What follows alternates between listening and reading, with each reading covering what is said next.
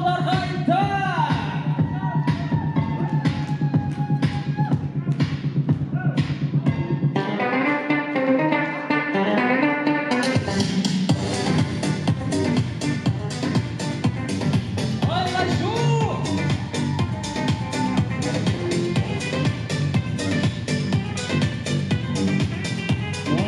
Келді, ыстық ықыласы мұздер өтетін жұрттың қуанышын, менің қуанышым деп білетін ұлы даланың мұрагерлері.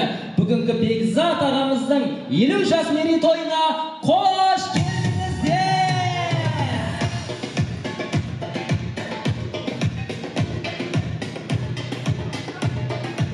Ой, рахмет. Мінекей, біздің биылғы Құмжиек ауылында азаматтығы бір атанға жүк болатын Бекзат ағамыздың шаңырағында дүбірлі той болып жатыр. Ағамыз 50-ге толып, ел ағасы атанып жатыр. Ендеше көп күттірмей, бүгінгі тойдың иесі, басты кейіпкерлерін әрине сіздердің шапалақтарыңызбен, қолдауларыңызбен ортаға шақырғанды жөн санап тұрмыз. Құрмет, қошемет болсын. Кәнеки орнымыздан тұрайық, шапалақты ұрайық. Бүгінгі той иесіне деген құрметімізді білдіріп, Бекзат ағамызды, Гүлім апайымызды өзіне тән қадір қасиетпен шақырайық. Қошемет!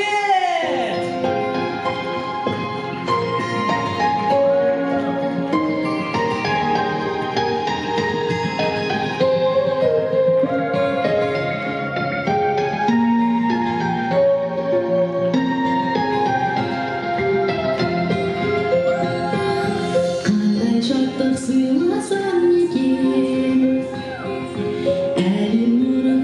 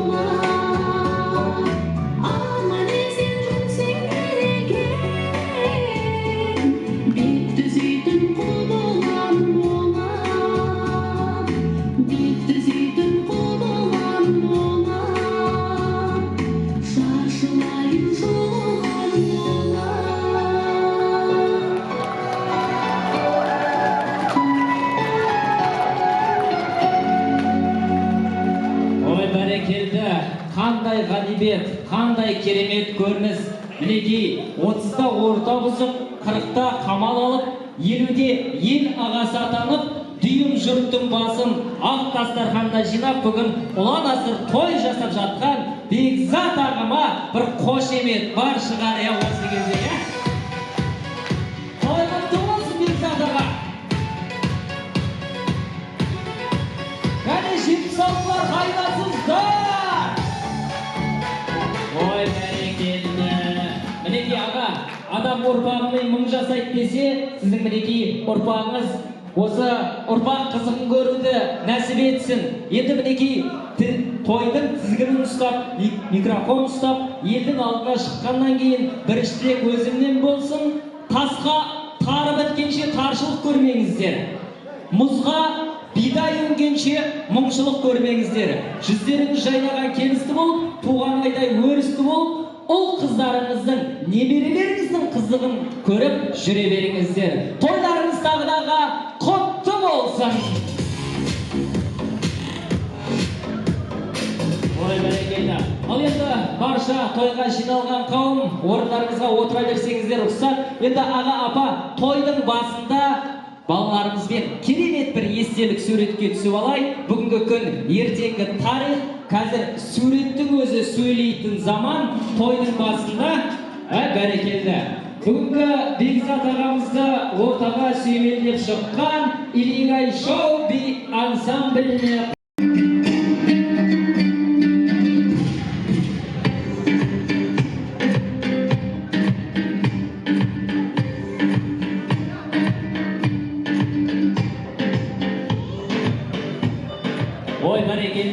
Енді құрметті барша ауылдастар, енді Бекзат ағамызды бәрі таниды. Мінекей балаларымен осындай бүгін керемет той жасап жатыр. Бағала атананды тірісінде, бірін бақ, бірін байлық ырысымде. Алтында атанаңның бағаланбас, алтында гауһар жауһар күмісінде деп керемет әкесіне той жасап жатқан барша балаларына да бір қошемет болсын ағайын.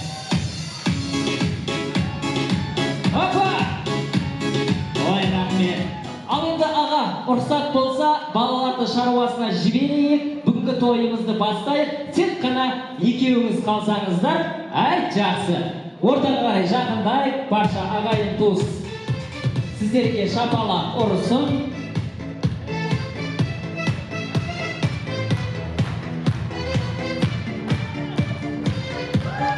Бері дайындық, абыр-сабыр, енді оның бәрін ұмытыңыз. Аға апа, бүгін міне той басталды. Ресторанның барлығы дайын. Қыздар, балалар керемет көңіл күйде. Енді бүгінгі тойды тек қана күшті болып өткізу керек. Көңіл тоқ болса жақсы, қарын тоқ болса жақсы, көңіл тоқ болса одан да жақсырақ. Аға, ешқандай уайым жоқ қой. Барлығы күшті қой. Настроение күшті ма? Ендеше былай етейік. Сіздің настроениеңіз күшті болса, менің настроением күшті болады аға. Менің настроением күшті болса, халықтың настроениесі күшті болады. Сол үшін қазір көңіл күйді көтерейік, немерені сәл жібере тұрайық. Ағасы мен жеңгесіне ма? Сіздің қызыңыз сияқты ғой аға, Былай етейік, аға, осы той болады дегеннен маған Гүлім тәтеміз қанша күннен бері хабарласып жатыр. Көптеген сценарийді күшті қылып ұйымдастырып қойдық. Оның барлығы жаңа айттық, көңіл күшті болса барлығы күшті деді. Бүгінгі той осы 76-лардың ішінде 2026-та сіз ба тойды бастап жатқан аға?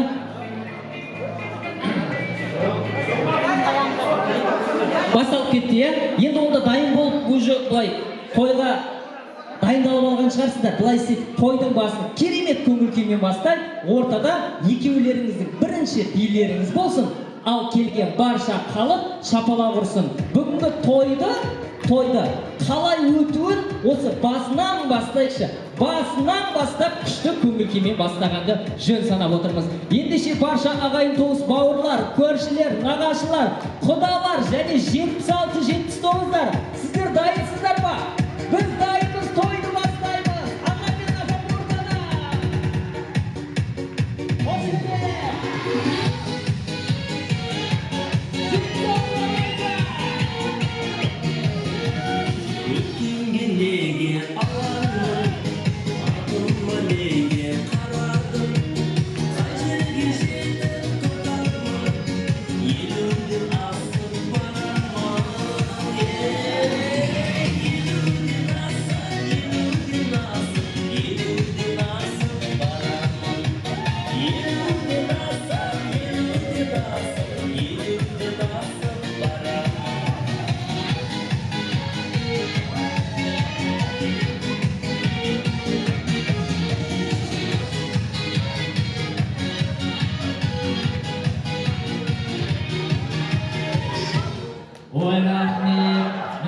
құрметті жігітсалдар, ағалар, тәтелер, сіздерге таң қалып тұрмын да негізше ағам мен тәтем ғана бейнесін деп ол кісілердің қасына кәдімгі жүгіріп шықтыңыздар ғой, иә? Бұл сіздердің ауызбіршіліктеріңізді ағамызды жаңағыдай ыңғайшақтай қалдырмасын, күшті болып басталсын деп жатқан ағалардың құрметі деп білеміз. Ендеше рұқсат болса аға, көп созбай бүгінгі тойымызды бастайық. Әрине, берекелі тоғайда басын иіп тал тұрар, берекелі ауылдың батал дана қарты бар деп, әрбір әулеттің береке бірлігінің ұйытқысы алып мұхиттың мұз жарғыш кемесіндей артындағыларға даңғыл жол қалдырып, келелі әңгімесін естіп, кейінгілер қарап бой түзейтін қария қарты болатыны белгілі. Ендеше үн болмаса, гүл болмаса, бұл деген бір сұрғыз, ары болмаса, ой болмаса, кеуде деген бір қуыс деп, ойдың орамысын айтатын, сөздің сау алтындай қордасын ақтаратын, қашанда әулет үлкендері, біздің ағаларымыз, ел ағалары, ендеше құрмет қошеметпен солардың бісмілласымен бүгінгі тойымызды бастайық. Бірінші столдағы, екінші столдағы барша әулет үлкендері және шобан елі құрмет қошеметпен және нағашы ағамызды, нағашы Жетес және Гүлнар апамызды құрмет қошеметпен шақырайық. Әулет үлкендері, Жетес аға, Гүлнар тәте. Апа! Шобандар енді қайдасыздар, билет келе. Туған жердің топырағында естілген ерлер бар, қаймықпайтын ешкімнен, жаңылмаған әдет ғұрып дәстүрден, тұғырымыз мықты болсын қазағым.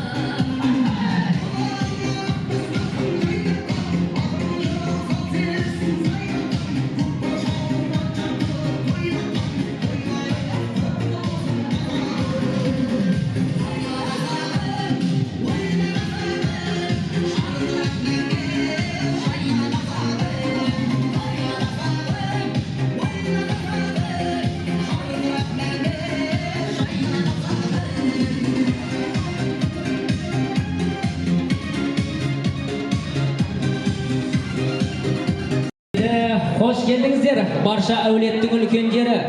Дүниеге келер бір рет, дәрия кеуде таумысын, құрыштан құйған құдірет, қарттарым аман, сау болсын деген екен. Аман болыңыздар, сау болыңыздар. Бүгінгі ұлан асыр тойларыңыз құтты болсын. Сөз кезегі әрине өздеріңізде, ал кәнеки микрофон кезегін ағамызға берейік.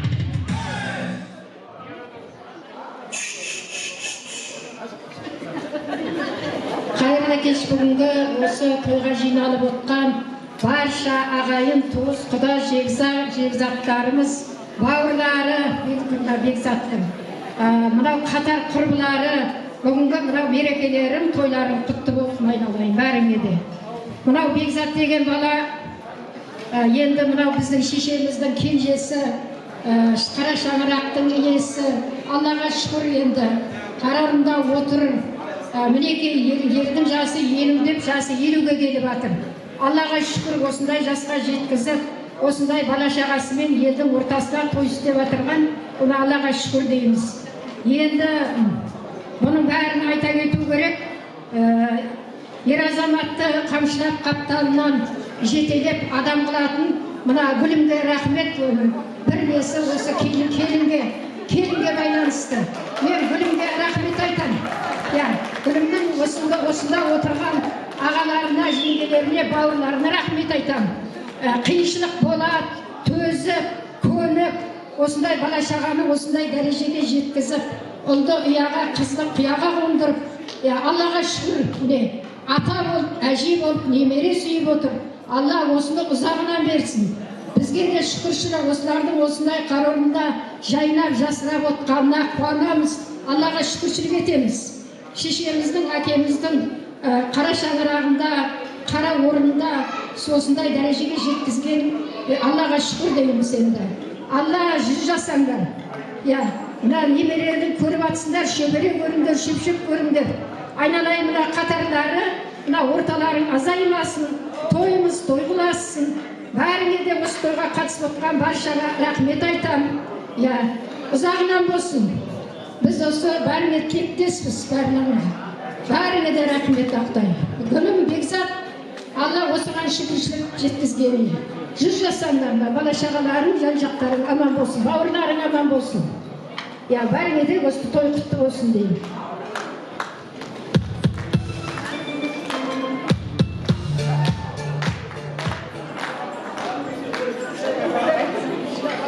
Мына құрметті тойшы қауым, тойларыңыз құтты болсын. Әрқашан жүрген жеріңіз той болсын. Мына Бекзат 50 жасы құтты болсын. Бала шағаның қызығын көріп, гүлім екеуің, бастарың бір жасықта қартайсын. Абайдың сөзіне қосыламын ғой қалғаны.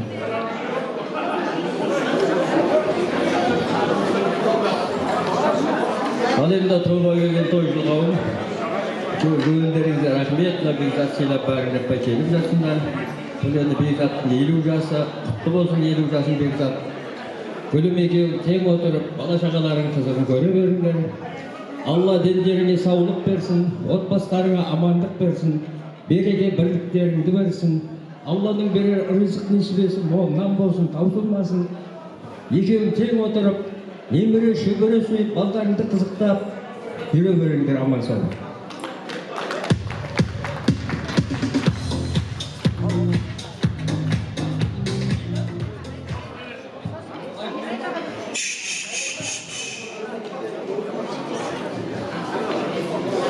Құрметті қалай, тойға келіп жатсаң, келген қадамдарыңыз жүз болсын. Ал Бекзат күнің 50 жастан құтты болсын. Елге 50 жылдық халыққа қалай жұмат болсын. Жолдерің сау болсын. Айтып жатқан тілектің бәріне қосылам. Өмірде бақытты болсын.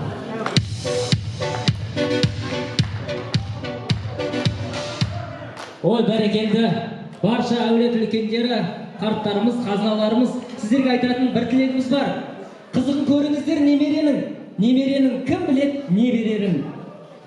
Бұл өмірде ең жақсыны тапсам егер, өлместің дәрісін бір тапсам егер, алдымен қарттарыма, қазыналарыма берер едім. Аман болыңыздар, сау болыңыздар, тойларыңыз құтты болсын. Ағамның Ал Бекзат туған күні құтты болсын, әрқашанда аман сау болыңдар. Мына бауырларыңның 50 жасқа толған жасына әкелген шашуы бар.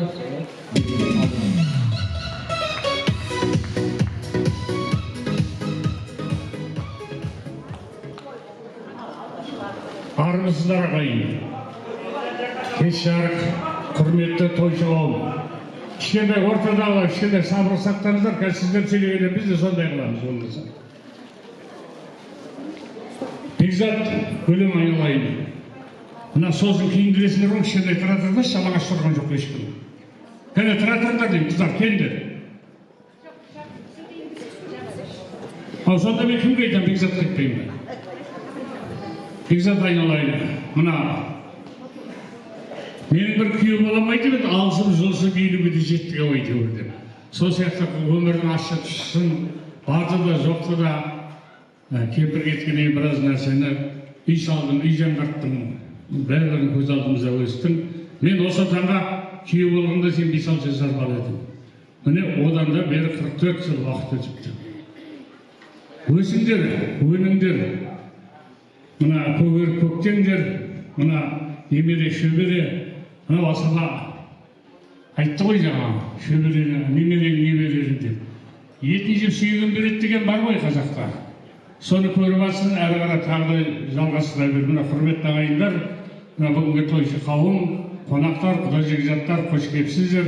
Бүгінгі барлық құрметте, ізеттілікте, сыйлау да сіздер үшін осы дастархан жайылған. Мен сол қызықты жақсылап бір адамдай жақсы кеуіл пейілмен тойлап жүріңіздер. Мына құрметті ағайындар, барлықтарыңызға рахмет айтамыз. Дендеріңіз сау болсын.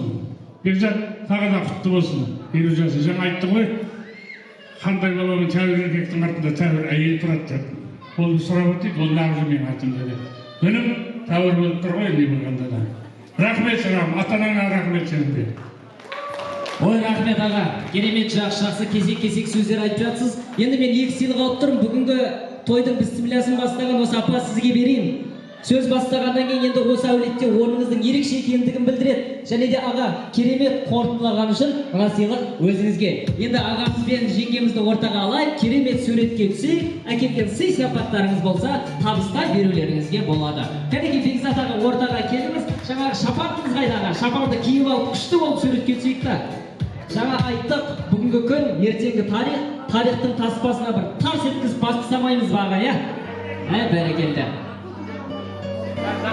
Гүлім тәтеміз қайда?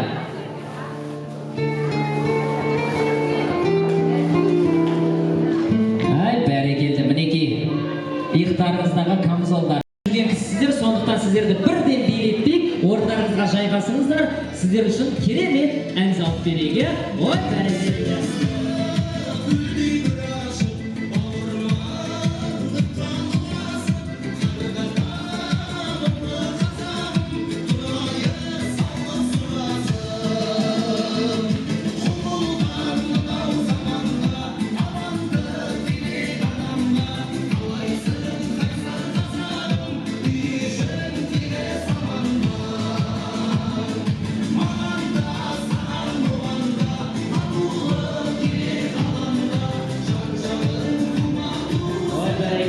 Мінекей әулет үлкендерінің керемет сөздерін тыңдадық.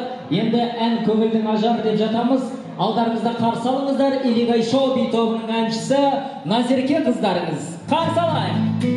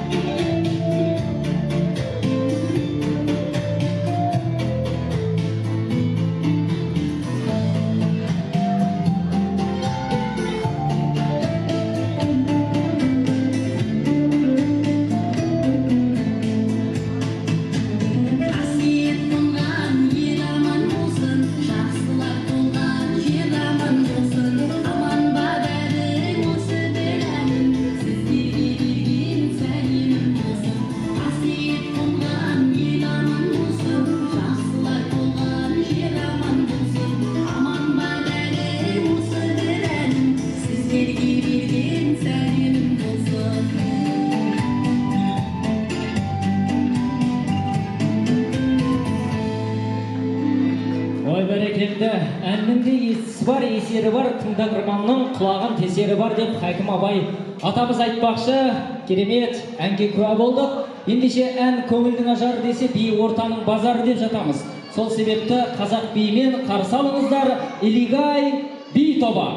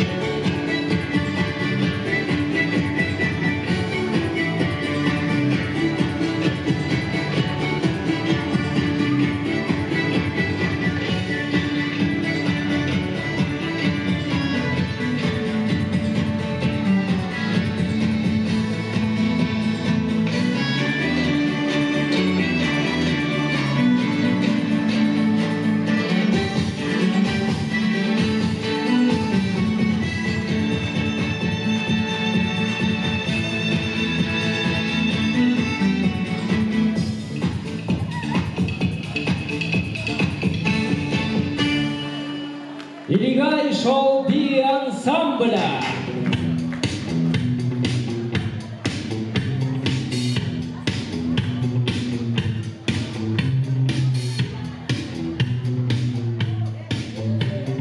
Ой, бәрекелді.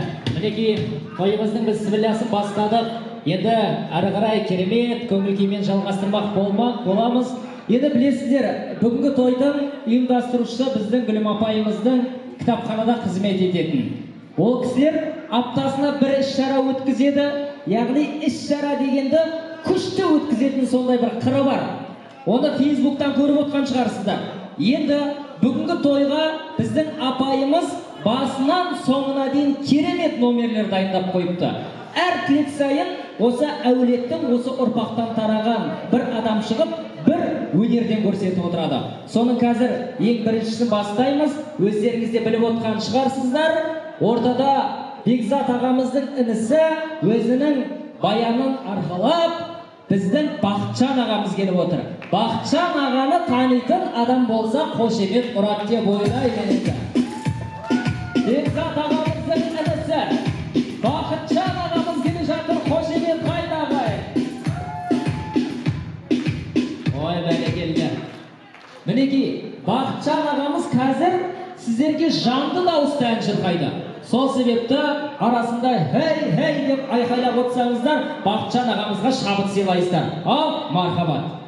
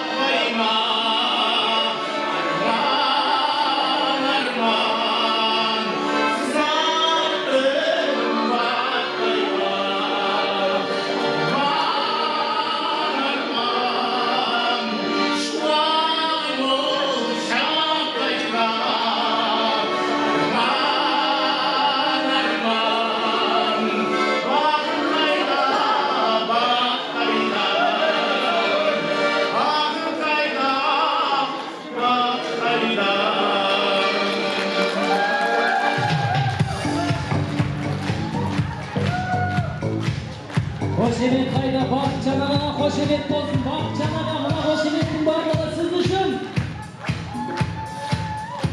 Ой, керемет.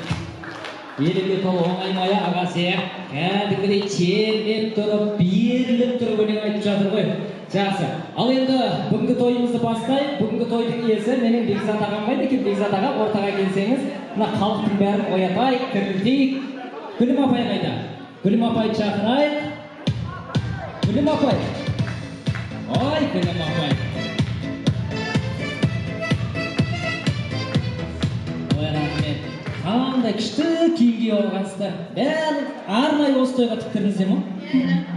Бәсе, мына дайындыққа бір қошемет тұру керек. Ол арнайы, балаларын қараңыздар, бәрі бірдей. Жақында Наурыз болайын деп жатқан сияқты. Енді былай істейік. Аға, апа, бүгінгі мінекей той басталды. Әбіш Кекілбай атамыздың жақсы сөзі бар. Бағалай білмегенге бақ, қадірлей білмегенге құт қонбайды дейді. Ендеше бүгінгі тойымызды бастап, кім қай жерде отыр, барлығын бір таныстырып алайық ел жұртқа.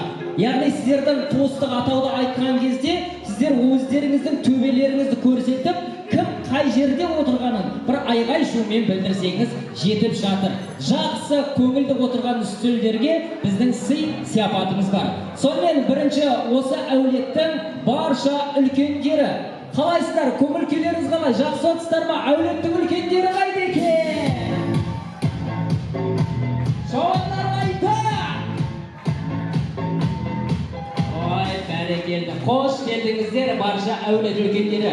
Және осы әулеттен қыз алысып қыз беріскен құдалар бар деп естідік. Ал біздің құдалар қайда екен? Құдалар! Ой, бәрекелді. Қош келдіңіздер құдалар. Және де біздің Гүлім апайымыздың төркіні, Бекзат ағамыздың қайын жұрты, ұрпақтың нағашылары, настроениялар! Опа!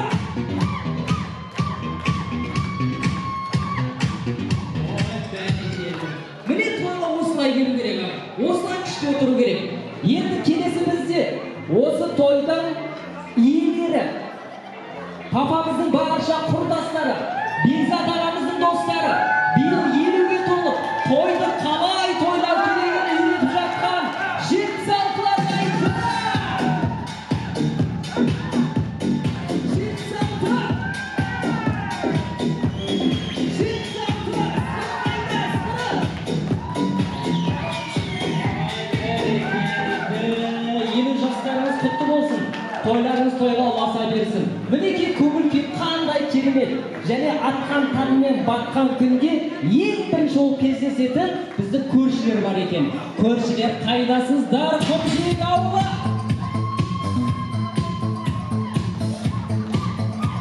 Ой, бәрекелді. Әжелерге ризамын ғой кәдімгі тұрып айқайлап шапалақ ұрып тұр ғой. Және де осы тойдың иесі Гүлім тәтеміздің достары бар. Құрдастары, жетіспаңыздар қайда?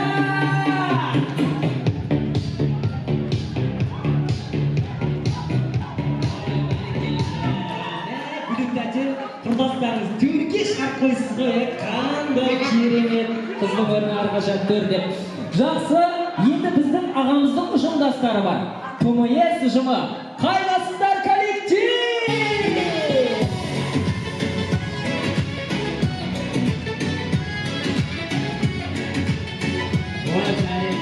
Бәрекелді. Мына қызыл көйлектегі тәтеме бір сыйлық берейінші. Ерекше қуанып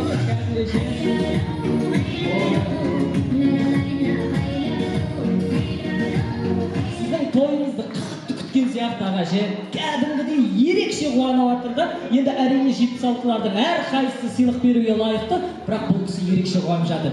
Дәл осындай көңіл күймен аға мінекей төрт көзіміз түгел, барлық ағайын туыс бауырлардың барлығын түгендедік. Ендеше тойымызды керемет жалғастырайық. Әрі қарай асабаның алаңына, Ақтілектің алаңына шығатын ойбай, жиендер қалып қойыпты ғой. Екінші столдағы жиендер, как ваше настроение, айғай-шу!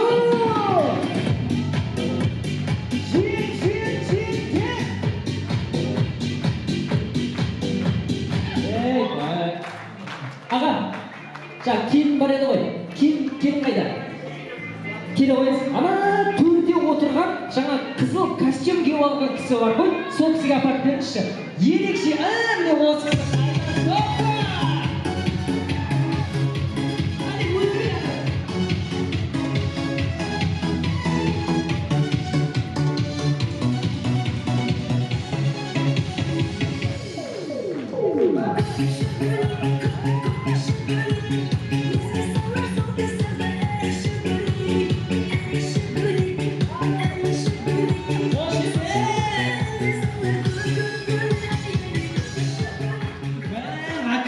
Тоқтай тұршы, атыңыз кім, тәте? Атыңыз кім? Ғазиза. Ғазиза тәте, дәл осыға отырайықшы бәріміз, е? Қандай керемет Ғазиза тәтеге тақта қош келеді! Рахмет. Енді сіздер бір билейтін жерлеріңіз істемей ма? Шамал әлбір толқып тұрған сияқтысыздар. Аға, бәрін ұмытыңыз. Сіз билемейсіз ба осы аға? Болды аға, сізді қозғамайын. Апай, сіз ше? Осы кісі билейді дей ма? Жақсы, бұл кісімен билейтін кім бар? Билейсіз ба аға? Келші. Мына тойды көтермесек болмайды ағайын. Бүгін той, бүгін қуаныш. Ағам күнде еруге келмейді. Сол себепті ағасы мен жеңгесі жақсылап бір тойды көтеріп алыңызшы аға. Келістік па? Кеттік аға. Маэстро музыка!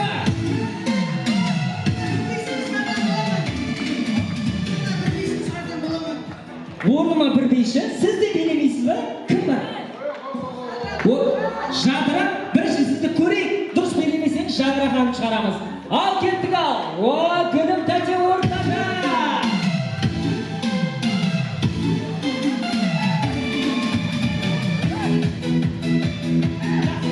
Стоп. Болмайтын нәрсе, болмайды екен ғой өзі, е? Алма ағашынан алыс түспейді дейді, ағам сияқты бұл кісі де. Рахмет, е. Сіздерді қозғамаймын. Аға, келіңізші, жадырақ әнмен бір өңіші.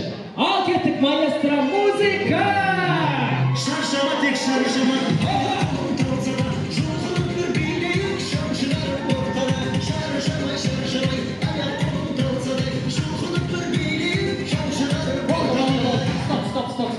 Осы жерде тұрыңыздар, кетпеңіздер.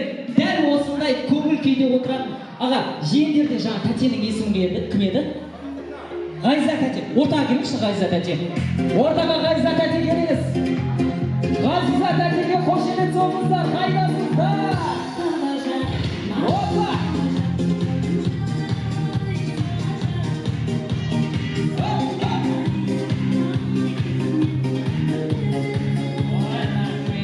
Ғайза тәтенің настроениясы күшті екенін білем. Аға қайда? Аға, сіздің достарыңыздың арасынан аға, Ғайза тәте сияқты кім бар? Ер адам. Ғайза тәте сияқты кім бар? Балдардан еркісі керек кім? Ғабит аға ма? Кім? Ғабит аға дейді. Ортаға Ғабит аға қошемет қайда?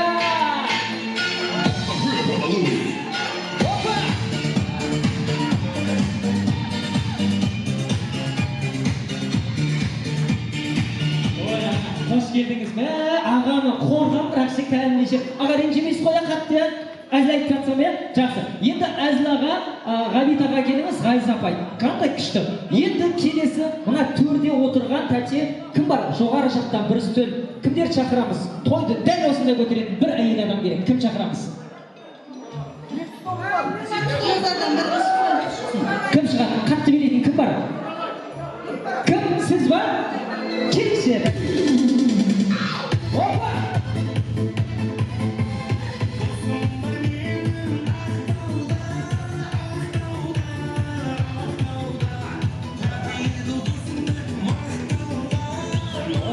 Рахмет. Аты кім бұл кісінің? Құралай, е? 76. Енді жақсы. Сіз 79. Жақсы. Енді бұлай болсын. Келіңіздер, екеуіңіз жұп боласыздар. Мен сіздерге қазір бірінші, екінші, үшінші жұп деп қоямын, ат қоямын. Осы бұл ойын тойдың басынан соңына дейін ойналады аға. Призге күшті нәрсе бар. Ақшалай приз десек бола ма аға? Тәте бола ма? Қанша болады? 5 мың? Жақсы. 5000 теңге тігілді. 5000 теңге тігілді. Бұлай болсын. Бірінші бізде жұп. Енді бұлай бүгінгі тойда өзім спонсор болам дейтін, ана құмжек жақта малы көп бір ағалар болса спонсор болуға болады. Өзі құрдастарда болады ғой сондай малы көп, ауылда бәрі сыйлайды. Жақсы. Бірінші жұп кім еді бізде? Аға, сіз және екеулеріңіз қандай ат қоясыздар сіздер? топқа. Сіз 76 ба? 75? Онда ше болмайды. Басқаша қандай? Баклажан? Жақсы. Баклажан тобы осы тойдың басында любой уақытта осы досым бар менің Ақтауда деген ән қойса, ортаға сіздер атып шығуларыңыз керек. Келесіз бе? Кәне көрейікші, орта!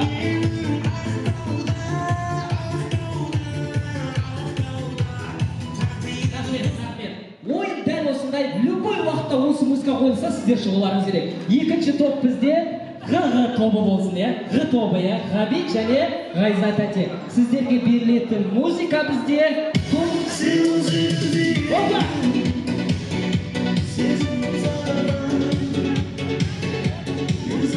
Ой, рахмет. Ана апа түсініңіздер, любой уақытта осы музыка болса, шығуларыңыз керек. Ал мен 10-ға дейін санайым, шықпасаңыздар ойыннан шығып кетесіздер. Кестік қой. Үшінші болып бізде шығатын 76 және 79 бол кісілерге келіңіздер. Ал кеттік ал.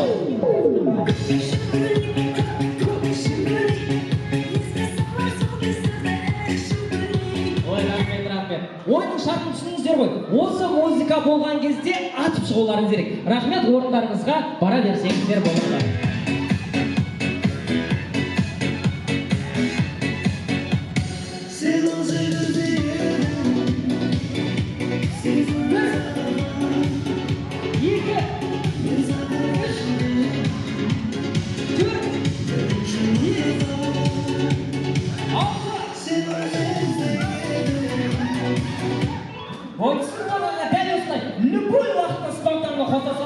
Шығуларыңыз керек ойынға. Ал кеттік. Сонымен ары қарай бүгінгі кешімізді жалғастырамыз. Келесі асабаның алаңына шығатын бүгінгі ақ тілектің тізігіні осы әулеттен қыз алысып, қыз беріскен барша құдаларын шақырамыз. Кәнекей төрде отырған барша құдалар құрмет қошеметпен ортаға билеп шықсаңыздар. Опа!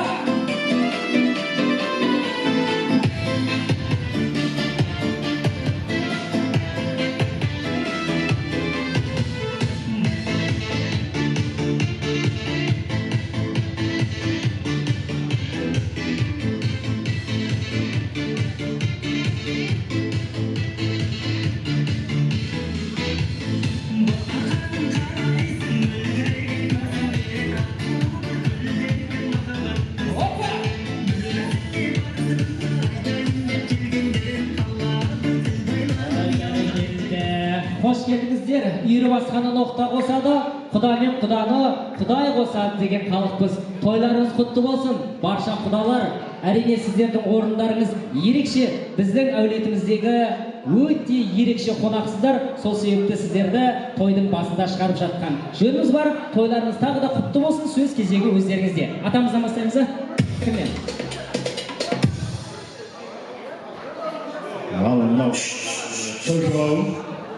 Бүгінгі Бекзат мен құданың 50 жасы, Бекзат күлім ағдай, бүгінгі тойларын құтты болсын, жасына жас дос, Бекзат ағдай, деніңе саулық, ала шаған қызы, деніңе саулық деген аса қауым, бәрінде отбасында осындай той болсын, дендер сау, ауырсыздық болсын, ауырмаңыздар, келеңгі саулықта келіп тойда кестейік.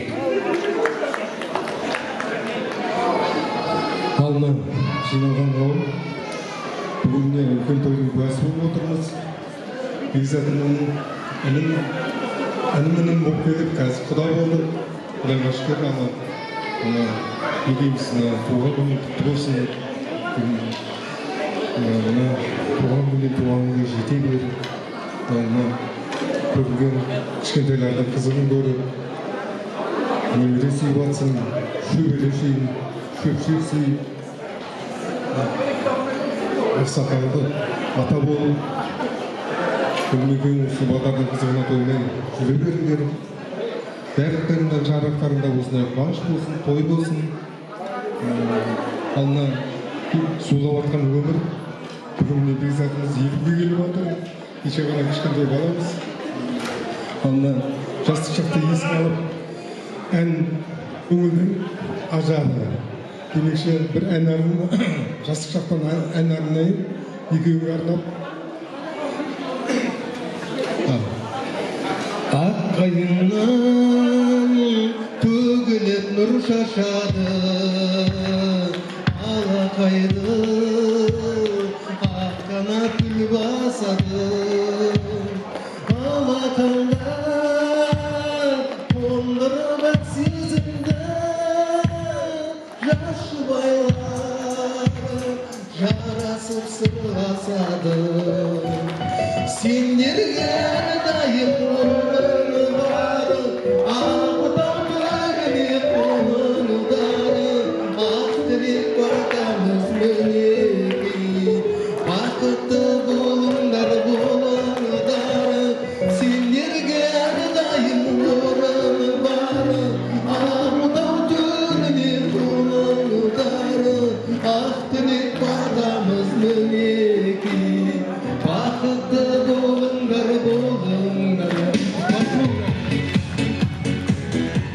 Ой, ағамыз ерекше. Апай, мен жаңа айттым ғой, балалардың бәрі өнерлі ма десем, қонақтардың бәрі де өнерлі ғой. Давай тілек айтпай ақ қойып, бәрі осындай өнер көрсетейікші бәріміз. Аға, аман болыңыз, сау болыңыз. Мынау сізге кішкентай тойдан тобықтай сыйлық. Келесі сөз кезегі. Құрметті тойға жиналған қауым, бүгінгі Бекзаттың тойына келіп, құттықтасып жатқан барлықтарыңызға көп рахмет. Той қаласын, Бекзат бүгінгі 50 жас деп жатсың ғой. 50-ге қимаймыз енді, Бекзат әлі жас сияқты. Денің сау болсын, гүлім екеуің тек аман-есен балла немере көрдіңдер. Енді шөбере сүйіңдер, шөпшек сүйіңдер, жапырақтарын жайла берсін. Тек бақытты ғұмырлы болыңыздар деймін. Барлықтарыңыздың отбасылары осындай тек той, қуаныш болсын деймін. Амандық болсын. Рахмет.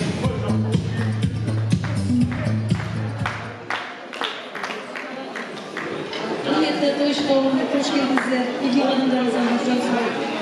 Бүгін Бекзат құдамның біздің құдағайым тойларыңыз құтты болсын. 50 жасыңыз. Әрдайымызға бақытты өмірде болыңыздар. Бала шағамыз ғұмырыңызға, кішкентайларыңыз, немерелеріңіз көп болсын. Кеңірек шөбере көріп жіберіңіз. Үлкен ата әже болыңыздар. Той қаласын. Жақсы болсын. Шапаным жау жіберіңіз. Бұл кісі ән айта ма? Жақсы. Енді апамыз шапанын жаба берсін, тағы тілек айтатын кісілер бар ма? Әлде қосыламыз ба? Болды ма? Ой, бәрекелді. Кәнекей әкелген сый-сияпаттарыңыз болса, табыстасаңыздар болады. Енді әрине құдалардың орны ерекше. Иықтарыңызға жабылған барша шапандарыңыз, камзолдарыңыз құтты болсын. Барша құдалар, құдағилар. Ой, бәрекелді. Міне әдемі ақшабандар келіп жатыр. Қазақтың нағыз ұлттық нақышы. Ал енді рұқсат болса, ағамыз бен апамызды ортаға алайық, керемет естелік суретке түсейік, сый-сияпаттарымызды табыстайық, және барша құдалардың, және барша қонақтардың құрметіне енді ортаға би билейік. Ендеше дайын болсаңыздар, маэстро музыка фотоға түсіп алсын, баршамыз ортаға биге шығатын боламыз. Кәнекей, аға, апа, ортаға келіңіздер.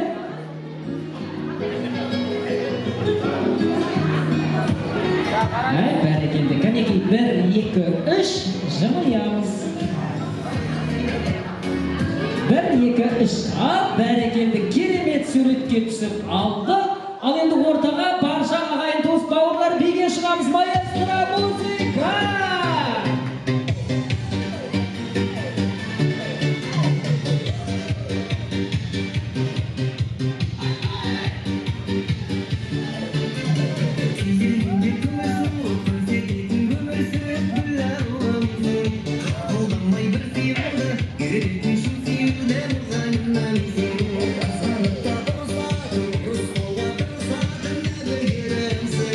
Жүрегімде сезім атын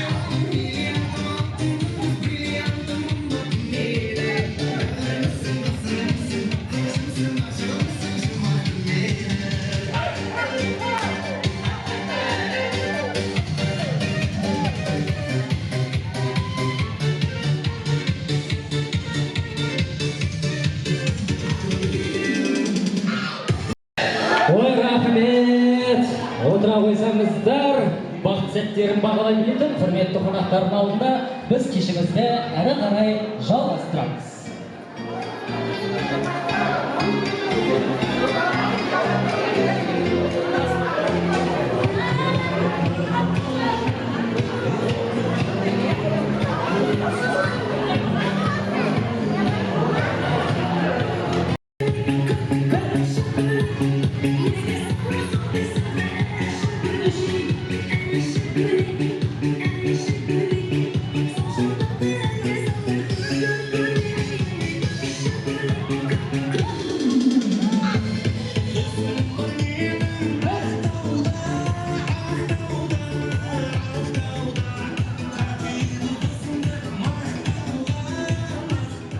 Рахмет. Дәл осылай отырыңыздар, шығып кетпеңіздер, керемет. Ары қарай отырамыз.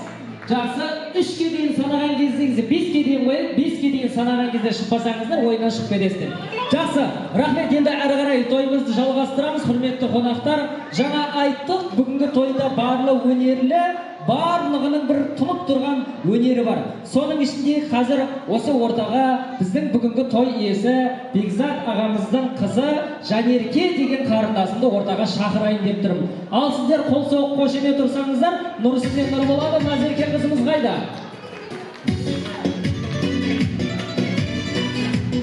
Ой, бәрекелді. Кәнекей бір микрофон алып келсеңіздер, қыздар, жігіттер. Бүгінгі той иесі Бекзат ағамыздың қызы Жанерке сіздер үшін керемет ән шашу етпек. Енді жалпы баршаңыз білесіздер, біздің Жанерке қызымыз папасының әппақ қызы, солай ғой?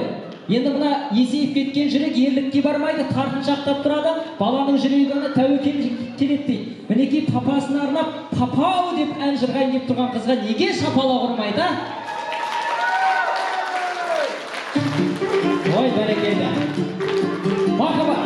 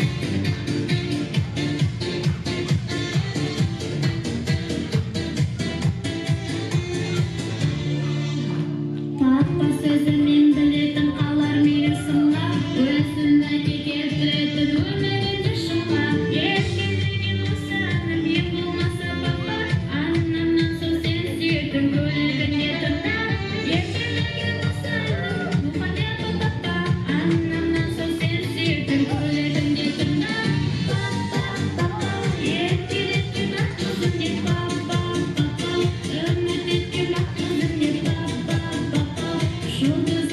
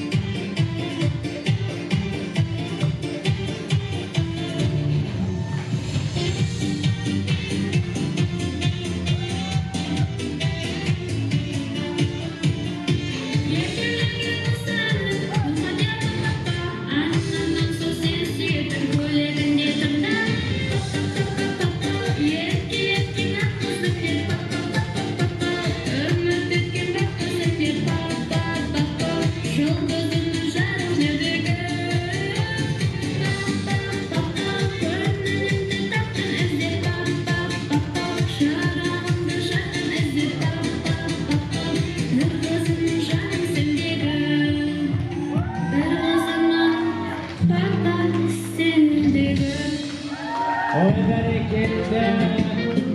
Қандай керемет, е?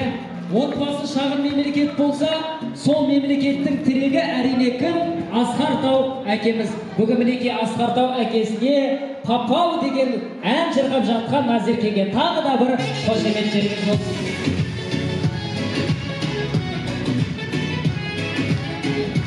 Ой, бәрекелді. Папау деп өлең айтқан кезде мамасы ренжіп қалған жоқ па? Жақсы, ортаға келіңізші Гүлім ханым. Енді құрметті де қадірменді ағайын туыс бауырлар, кезінде бір кісіден бала артық па, ана артық па, әлде жар артық па деп сұрапты.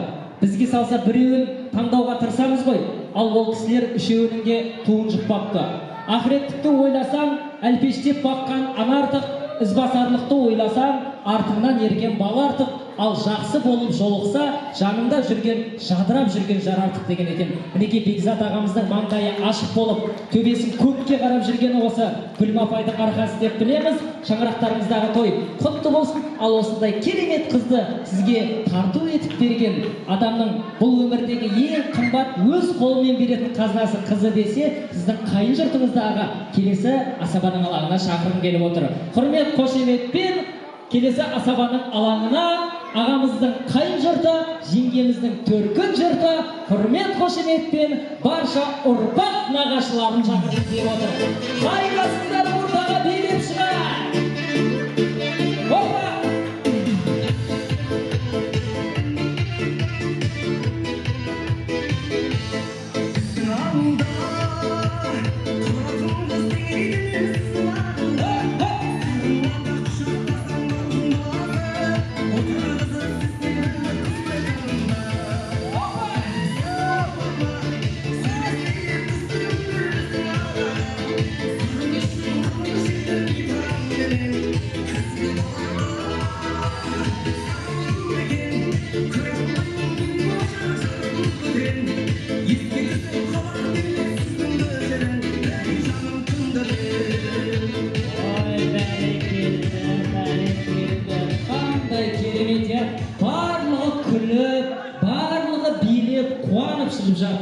Үш жұрттың ішіндегі ұлысы деп, сөзімді бұрынғының дұрысы деп, мен сізді сыйлап өтемін нағашыжан, аяулы ағашымның туысы деп. Осы ұрпақтардың нағашылары бүгінгі тойға қош келдіңіздер.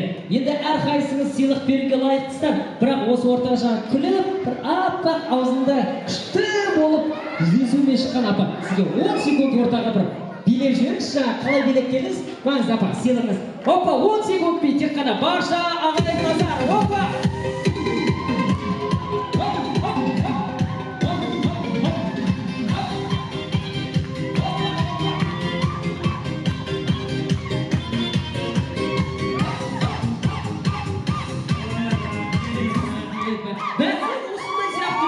Аман болыңызшы апа, дәл осылай күліп жүре беріңіз.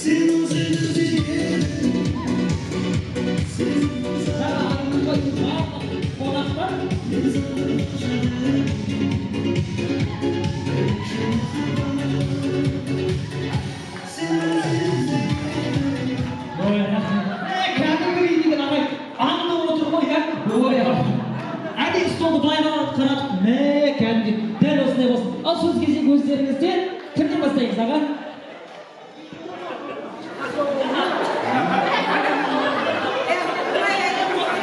Бекзат күні, халықтың басын қосып үлкен той жасаватсыздар, тойларың құтты болсын.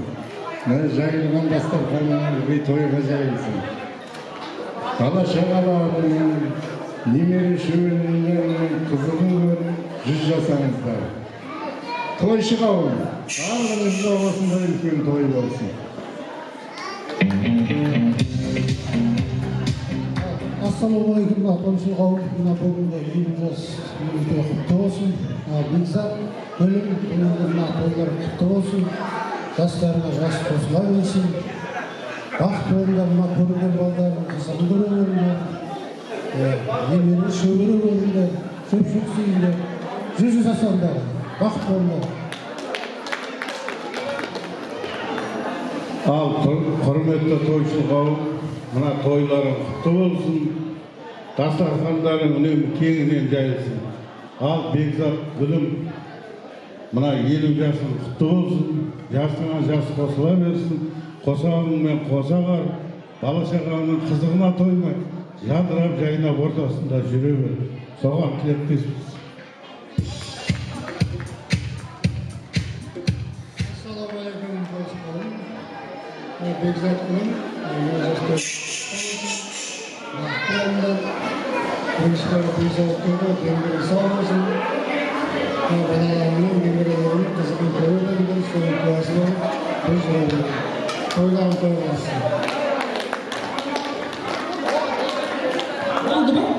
Қандай керемет. Байсекші, бүгінгі тойға келгеніңіз, құшақты ашып енгеніңіз, жақсы тілекті айтып бергеніңіз дейміз. Бекзат ағамызбен жеңген бақытты болсын деп бір екі дегенде бәріміз бір айқайлай, яғни баршамыз тілек айтқан болып саналамыз. Сонымен 1, 2, 3 аға мен апам бақытты болсын. Ой бәрекелді.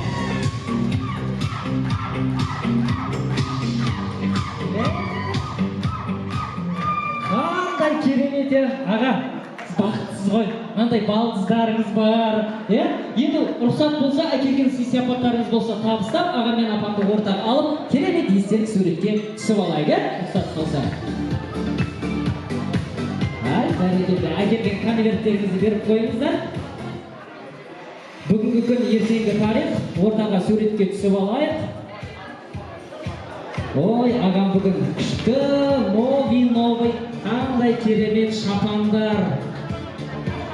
Кәне, ағаға ортаға келіңіздер, суретке түсіп алайық. Барша қайын жұртпен, апайымыздың төркін жұртымен. Бәрекелдеріңізге, шаңырақтарыңызда той болсын деген ізгі ниетпен қазақтың тойы бітпесін әні ортаға биге шығарайық.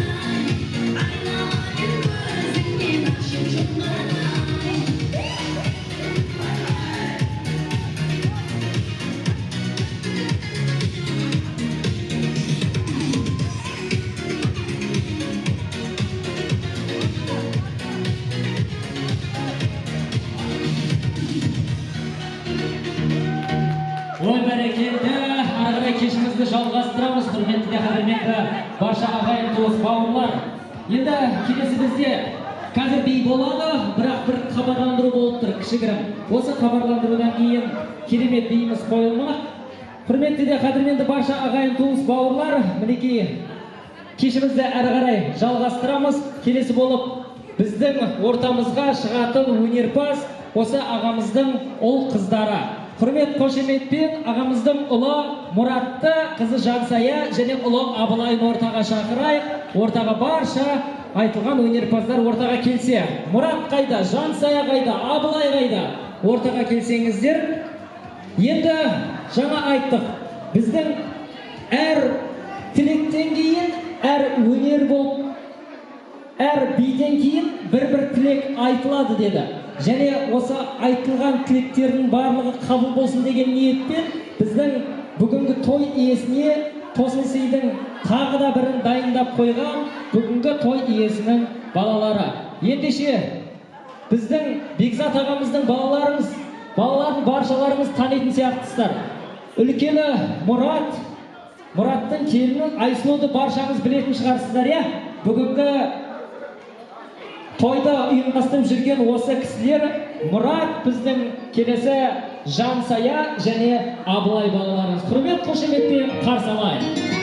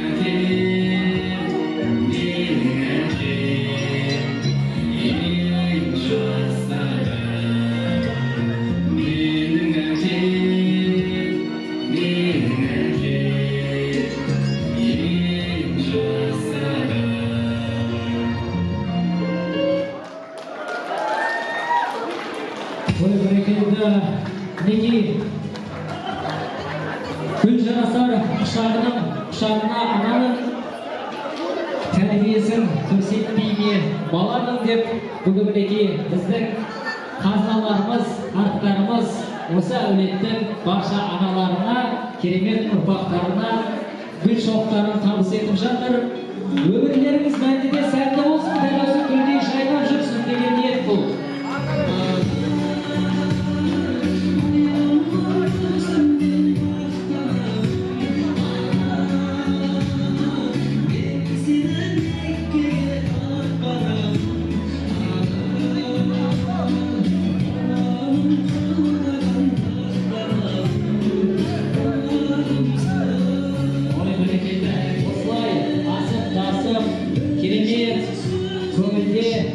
керемет өмір сүріп жатырғанымыз осы кісілердің арқасы деп білеміз.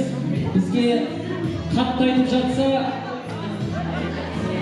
біздің көңілімізге тимей, жігерлі болсын деп айтқанын деп білеміз. Жұмсақ айтса, көңіліне тиіп кетпесін деп. Әрқашан осындай қысқа ғана қамшының сабындай өмірде ата-аналарымызды сыйлап жүргенге не жетсін. Ендеше барша ағайындар, бауырлар, кәнекей орнымызға жайғасайық. Бүгінгі той иесі Бекзат ағамыздың және Гүлім апайымыздың дайындап қойған сіздерге сый-сияпаттары бар. Сол сый-сияпаттарды мен сіздерге табыстағым келіп отыр. Ендеше құрмет қошеметпен бүгінгі тойға келген барша қонақтарға осы сый-сияпатты табыстайын. Гүлім тәте, сіз менің қасыма келсеңіз, бұл ойынның аты бір адам деп аталады. Яғни осы келген қонақтардың ішінен біз 6-7 адамға сый-сияпат бергіміз келіп отыр. Осы шыққан экранға баршаңыз назар аударсаңыздар, сол адамдардың есімін сіз айтып отырсаңыз, ал ол кісілер ортаға билеп келу керек. Келістік қой. Сонымен дайын болсаңыздар, экранға назар аударайық.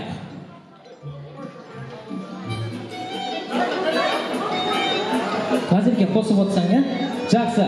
Бекзат ағамыздың тойын көтеруге келген бір қонақ дейді. Қазір музыка қосылады. Қай стол, қай адам ерекше шапалақ қошемет ұрады, соған сый-сияпат береді. Сонымен Бекзат ағамыздың тойын көтеруге келген ерекше қонақ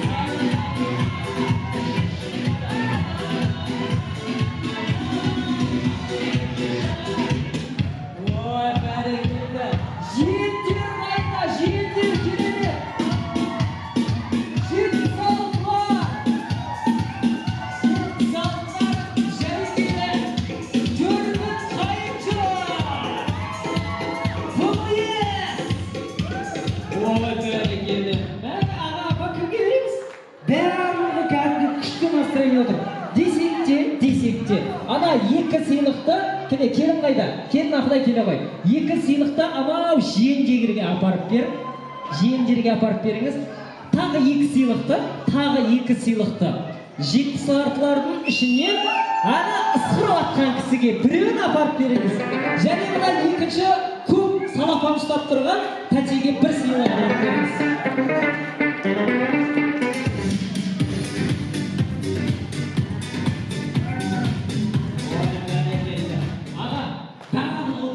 Сіздің тойыңызда. Ал кеттік. Назарды экранға аударайық. Келесі сый-сияпат. Арнайы осы тойға бола салонға барып дайындалып келген кім бар? Бір адам болса, сол ортаға келсін. Тәте қолды көтерді. Ал кеттік, ал тәте келіңіз ортаға. Тағы да кім бар? Салонға барып келген. Опа!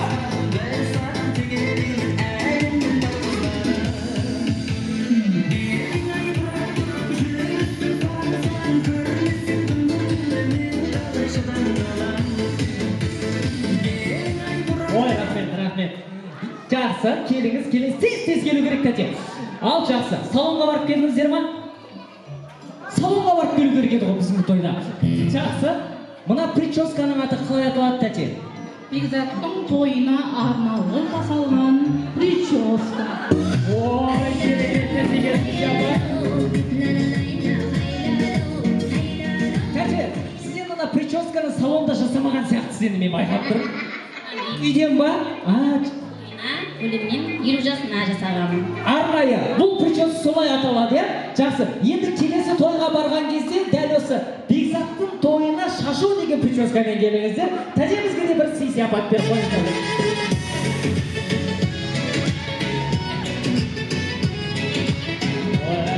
Қазақта рахат қой, любой нәрсені атқылып қоя салады ғой, ой жақсы. Ал экранды назарға алыстан келген ағай, енді сізден сұрайын бұны. алыстан келген бір сыйлы қонақтар болады ғой, сол кісілер де қалып қоймасын, олар да бір сыйлық алып кетсін. Кімге береміз бір сыйлықты? Мен осындай Сәнігүл құрдасым аттай бүгін туған күні жорттан келіп отыр. Сәнігүл Алыстан Қызылордадан келген Сәнігүл тәте бар болса ортаға. Еще туған күні дейді. Қайда Сәнігүл тәте? Сіз бар тәте? Ой, қош келдік. Россиядан келдім? Россия? Ой, Россияға келді Сәнігүл тәте? Россия онда байқоңыр емес әйтеуір. Байқоңыр ма? Жақсы. Енді тәтеміз Россиядан келіпті.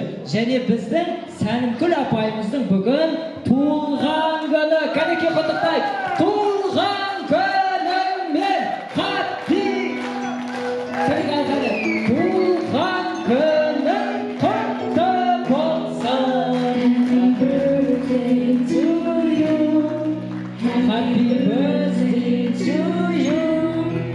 Happy birthday, happy birthday, happy birthday to you. Ой, рахмет. Аман болыңыз, сау болыңыз. Тақ сыйлық берейік бәлде. Тақ сыйлық берейік бә? Отыра қойыңыздар. Кәдімгі бір тақ сыйлық. Ой, керемет. Рахмет. Назарды экранға бұрамыз. Келесі бізде қатты билейтін қонақ. Енді бізде қатты билейтін қонақ бағанағы 6 адам бар. Одан бөлек аға бар ма? Кім бар? Бір адамға сыйлық беріп жіберейік. Енді 6-ау да қазір сый-сияпат алады. Кім бар? Кім? Өтеген қатты билейді дейді. Өтеген деген аға бар ма? Өтеген аға. Опа!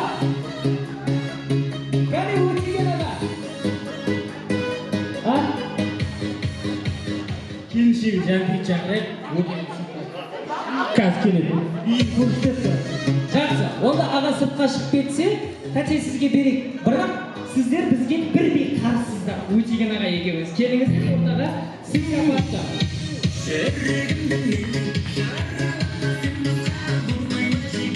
Рахмет. Назарды экранға аударамыз. Келесі құрдастардың ішінде ең бірінші 50-ге толған кім? Соған сыйлық берейік. Кім ең бірінші 50-ге толған? Қайрат. Қайрат аға ортаға, маэстро. Қайрат бірінші яғы бар.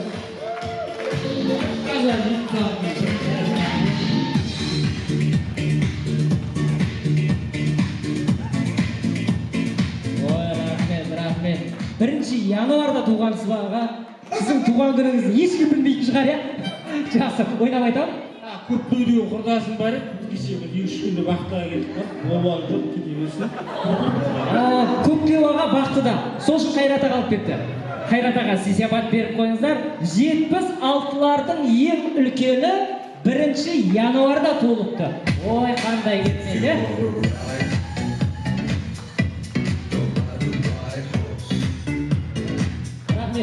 Келесі сый-сияпатымыз,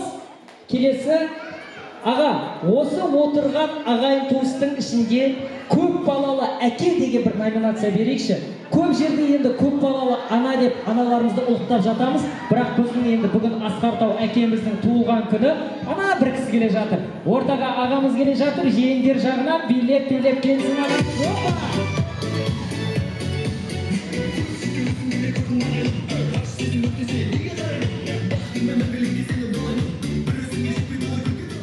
Ой аға, билейтін жер бәрі істелей қалған ба? Жақсы, істей ма? Бәсе көп балалы әкеде істеу керек қой. Есіміз кім аға? Нұрбек аға. Құдай берген? Ой, қошемет, ағайын дос, бауырлар. Ұрпақ қызығын көрсін дейді. Адам ұрпағымен 1000 жасайды десе, Қазақстанның дамуына, демографиясының дамуына үлес қосып жүрген ағамызға бір қошемет, керемет сый-сияпат табыстап қояйық. Аман болыңыз аға.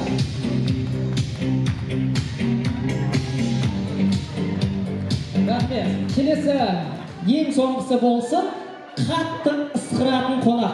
Мен енді өзім ауылдың жігітімін, Жанкент Өркендеу ауылдың жігітімін. Енді бұл ағаларымыздың кезіндегі, жас кезінде, көшеде жүрген кезде, ол кездердің звоногы ысқырық болған. сол қатты ысқыратылмаған қонақ керек. Ал кеттік, кім қатты ысқырады екен, тексеріп көрейік. Жетімсалдардың ысқырығы шықты. Тағы да. Жиендердің ысқырығы шықты. Жиендердің. Ойбай, мынау кетті. Жетімсалдылардан екінші. Осы үш ысқырықты. Кәдімгідей. Жақсы, мынау ойын келген тәте келсін, жиендер жақтан тәте келсін.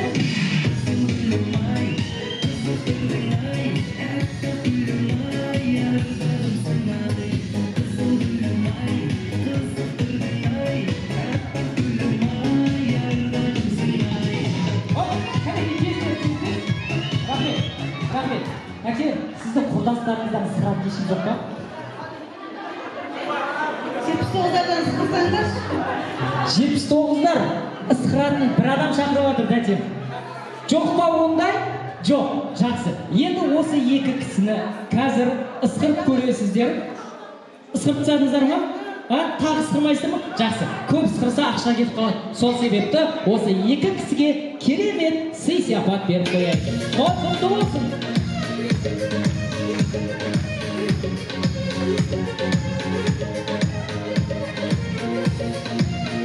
Ой, бәрекелді. Бақытсақ.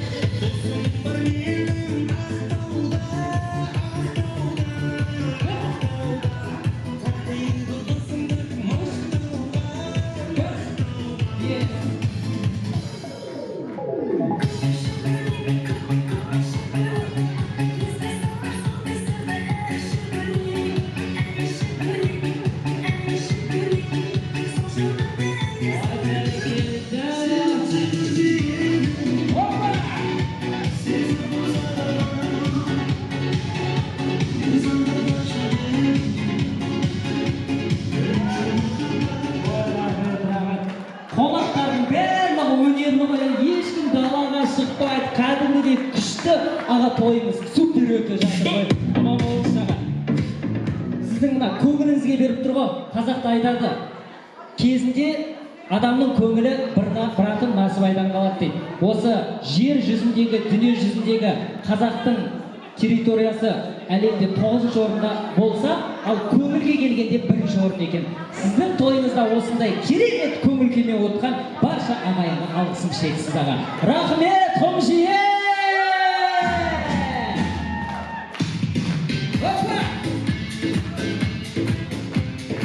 Рахмет, енді аға, ұрыста тұрыс жоқ дейді, осы тұста тілек тізгінін ары қарай жалғастырайық. Келесі болып асабаның алаңына шығатын, енді бұл кісілерді өз алдына жеке тілек бергіміз келіп тұр, бірақ енді мына уақыттың шамалы аздығына байланысты осы тойда отырған, бүгінгі тойда керемет деңгейде өтуіне атсалысып жатқан осы жиендер қауымын асабаның алаңына және жиендер қауыммен бірге аға рұқсат болса арасында апаларымыз бар екен, әжелеріміз бар екен, жасы үлкен кісілер бар, көршілерді де шақырайық. Атқан таң мен батқан күнде ең бірінші болып осы барша қуанышты бірге өткізетін көршілер және жиендер. Ал қанекей, ортаға маэстро музыка, жиендер билеп, көршілер шығамыз.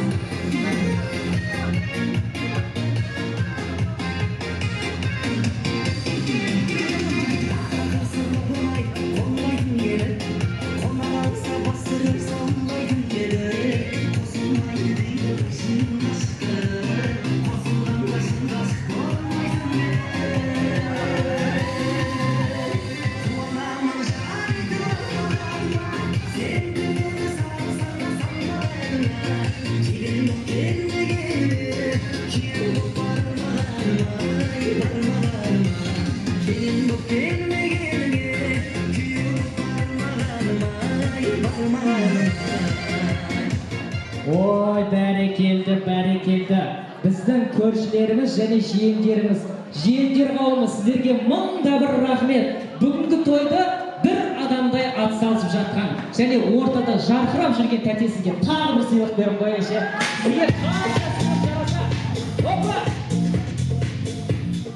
Ой, рахмет. Енді сөз кезегін кімнен бастаймыз? Үлкен кісілерден бастаған жөн санаймыз. Ал көршілер, ұлың өсер, ұлдарыңмен бірге ойнап, қызың өсер, қыздарыңмен гүл жайнап, Ең алдымен қуанатын көршілер, мал-мауыздар, тойлатар тойлап, тамақтасып түсіретін көршілер, бауырсақты пісіретін көршілер, картопты ашып таситын да көршілер, бауырсақты да таситын бар болған көршілер. Көршілер той құтты болсын!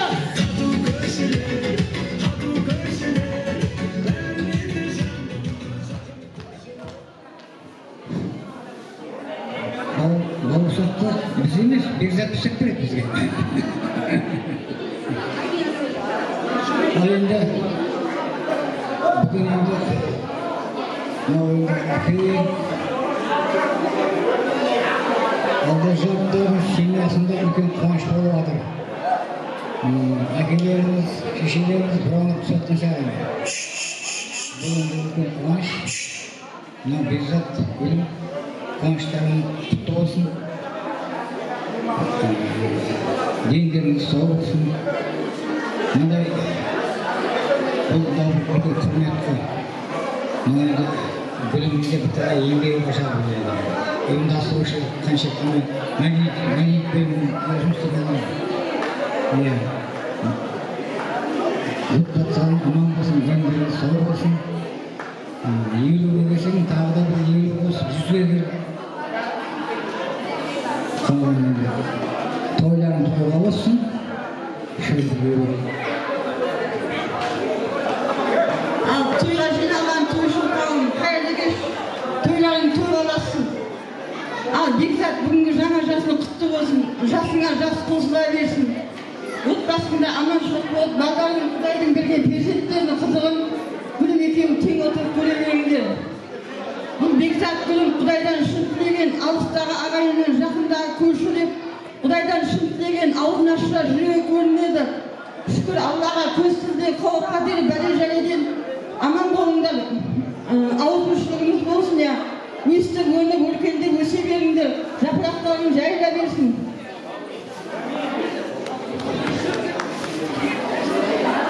Қайырлы кеш, тойға жиналған. Бүгінгі себеп мына Бекзатымның 50 жасы бол. Ердің жасы 50 дейді Бекзат. Туғаныңыз құтты болсын. Алла саған зор денсаулық берсін, ұзақ өмір берсін. Мына көрінген балаларыңның, немерелеріңнің қызығын көріп, гүліммен екеуің бір жастыққа қартайыңдар. Алла тағала шөбере шөпшектен жазсын. Мына жерде жиналған қауым ойлап отырсақ, жуандардың бәрі көрші болып келген болды. Ойлайтыныңыздар, біз бір жағынан мен Бекзаттың апасы болып келемін. Мына кісі ағасы, жеңгесі болып келеді. Бірақ 5 үй шоған бір жерге көрші болып жиналғанбыз. Бір жағынан ағайынбыз, туыспыз. Тойларымыз той қаласын, қоншы қауым той әрі қарай жалғасын таба берсін.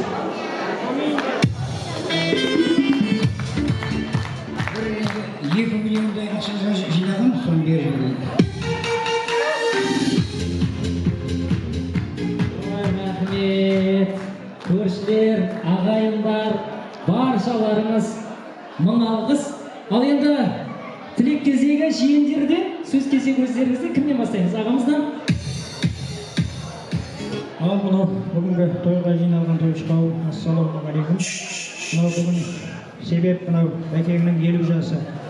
Бәке, мынау туғаның құтты болсын, өмір жасың ұзақ болсын. Алла мына көрінген балалардың қызығын көруді нәсіп етсін. Мына ұрпағымен 1000 жасап, ойдай осындай той тойлап жүре берейік. Алла жүзіңді жүзге жет. Жүзіңнен күлкін кетпесін. Мына келін екеуі бақытты ғұмыр кешіңдер. Біз соған куә болайық. Мына желдер атынан екеуміз сөйлеп отырмыз. Бауырымыз 50-ге толып жатыр, туған күні құтты болсын. Біз Бекзат екеуміз бір үйден, бір жерде өстік. Бір мектеп бітірем дегенше бір өстік. Бауырым бүгінгі туған күні құтты болсын, өмірің ұзақ болсын. Мына көрінген балалардың рахатын келін екеуің тең отырып көріңдер. 60-ті, 70-ті, 80-ті, 100-ті жасауға, тойын жасауға nasip etsin. Bugün kelip atkan kavımga mында bir rahmet. Bugün baurumun toyu күшті өтіп жатыр. Асабаға да рахмет. Ризамыз. Бақытты болсын балдар.